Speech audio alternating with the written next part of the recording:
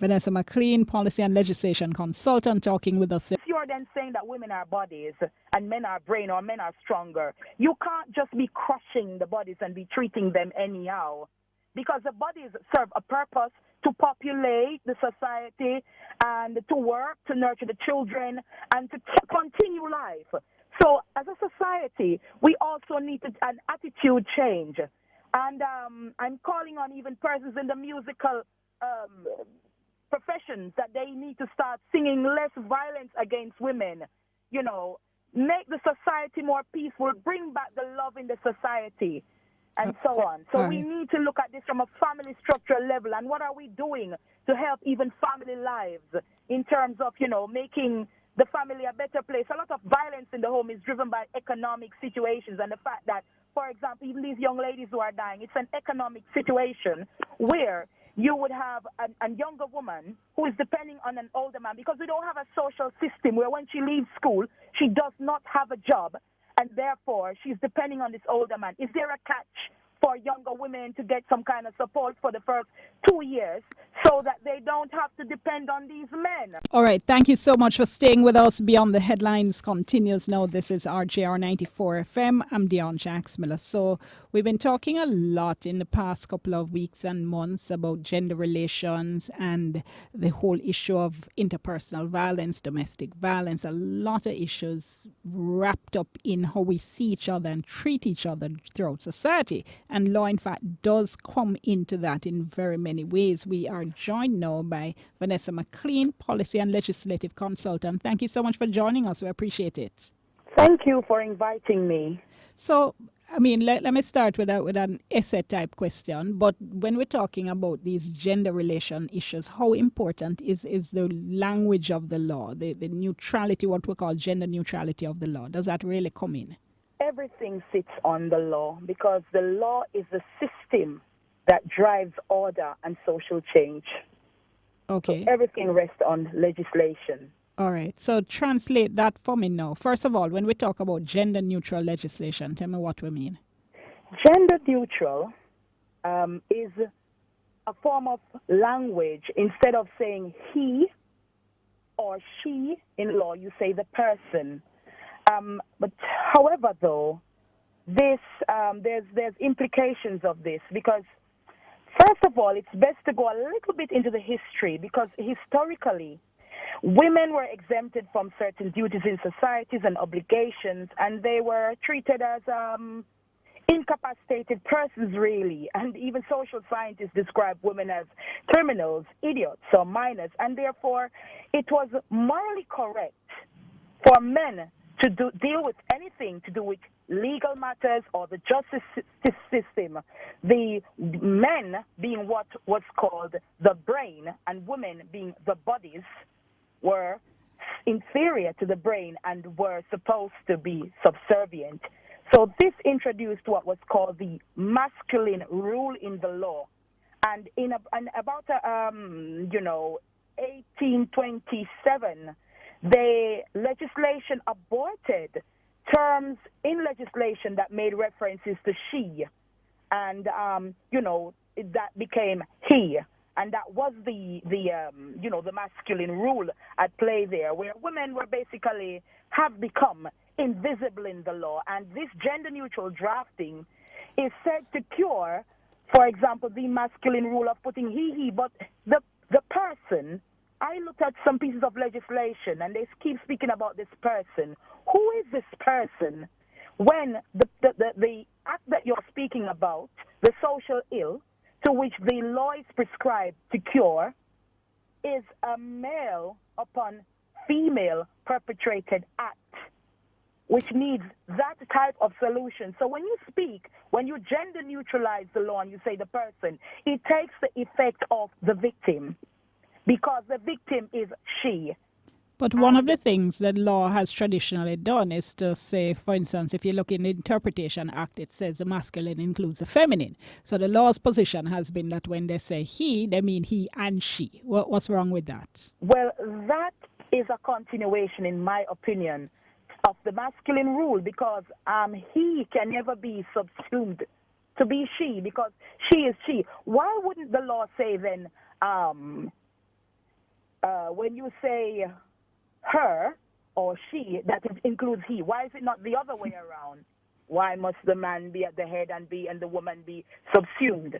So that's where it's coming from. Even the Interpretation Act would need some kind of, transformation, because he does not mean she, and it should not be, because you're just making women invisible. That's what it is. So what practical difference does it make now? Because I know there is an attempt, in fact, the Parliament now, when passing laws, does seek to pass gender-neutral legislation. What difference does it make? It is symbolic. And yes, it may be a start to a certain extent, but you have to be careful.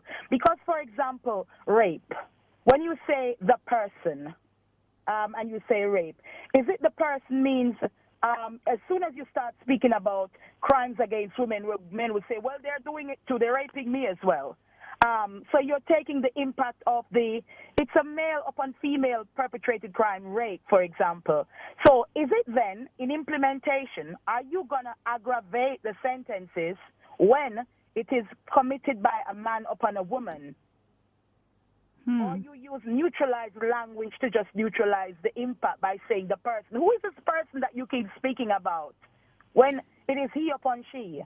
So in implementation, you have a lot of challenges, because it's and when you look at the institutions who is implementing the legislation, it's a male-dominated society that we live in, and a lot of the even a while ago, I heard a comment about a fraternity, a certain organization being a fraternity. You would never hear of that organization being a maternity or a maternal organization.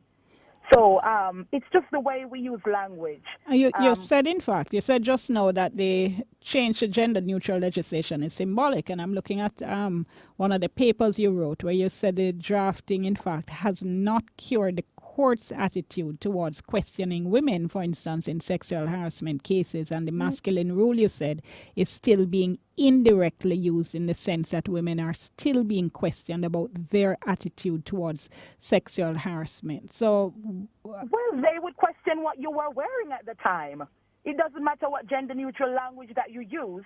You would be questioned, advocates would be counsel would be questioning what were you wearing? What was your disposition? Are you friendly with this person? So you're being questioned and you're being judged by virtue of what you are wearing. If a man was in that situation, he would not be asked the same question about what he was wearing at the time in a harassment lawsuit. He would not be questioned. So the implementation, even though you have this gender-neutral language, how it's applied in terms of questioning techniques, investigation, it's very male. It's very male. And also when you look at the structure of the judiciary as well, we still have not got a gender quota in terms of having, a balanced amount of,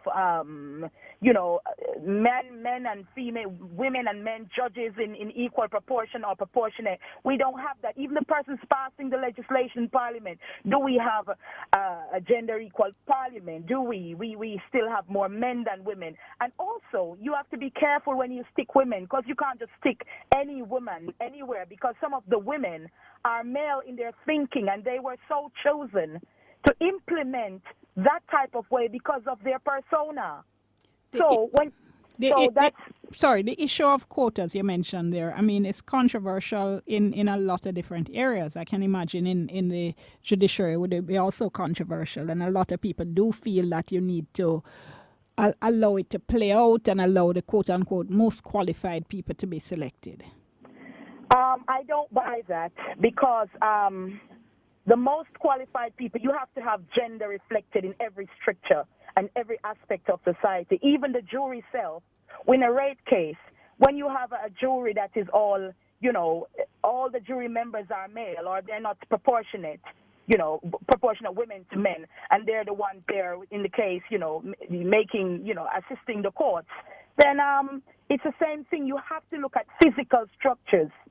and the types of persons that are going into the institution. As otherwise, it doesn't make sense, or it doesn't matter how much gender neutral or gender equality or what you do, then it doesn't make any sense, because even sometimes the legislation and the implementation fails to realize that sometimes in some situations, to make something equal, you have to give more to others, to some than the other. It's like you trying to reach a ceiling and me trying to reach a ceiling, and I'm taller than you. I need a chair or a ladder to stand on to get to the ceiling, but I've gotten there. And you can get there by yourself. So sometimes women need that extra bit so that they can, be equal to them, the male counterparts. Even there's a refusal of giving women anything that's extra, because when it suits their purposes, then, they implement and interpret the masculine rule. And even when you look at rape as well, you speak about rape, you've got in the clothing. The clothing becomes another issue, that the woman has to be a stranger, that she, if she's friendly with the man. So what if she's friendly with the man? She should trust him more. And that from your going out, in Jamaican term, if from your going out, man, I was saying you deserve it. So we don't have any principles, we don't have any norms. When you look at even domestic violence as well, and you look at even crimes affecting women, and you talk about if a woman commits a crime and she has a sudden, certain crimes, you have to have a sudden outburst. Women don't think like that. Women don't have a sudden outburst. They warm up over time. And warming up over time means that they are different from men, I'm nearly out of time, but what's the most important thing then to follow through then, and to ensure that the intent of the gender neutral legislation and drafting is reflected in real practical gains for women? We have to look at implementation and not just the technical aspects of drafting legislation and the letter of the law. We have to, it's a start, but we have to look at the implementation of what if what it is that this legislation is aimed at, it is being cured. We have to look at the people who are examined. We have to, look at the structures, the persons, what they're doing, how is it going. And also in our society as well, we have, since you're then saying that women are bodies and men are brain, or men are stronger, you can't just be crushing the bodies and be treating them anyhow, because the bodies serve a purpose to populate the society and to work, to nurture the children, and to continue life. So as a society, we also need an attitude change.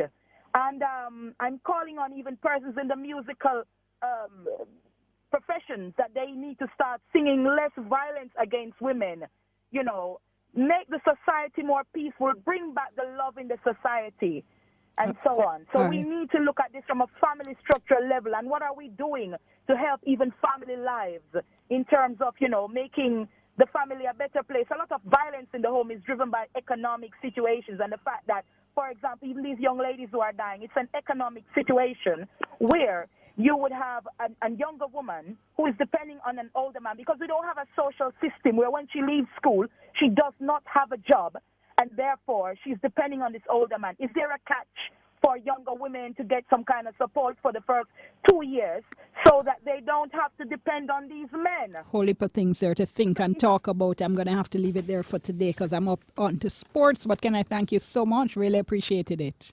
Thank you. Venessa McLean, Policy and Legislation Consultant, talking with us there as I hand you over to Simon with sports. Stay tuned, 7 o'clock. It's Special Feature Wednesday.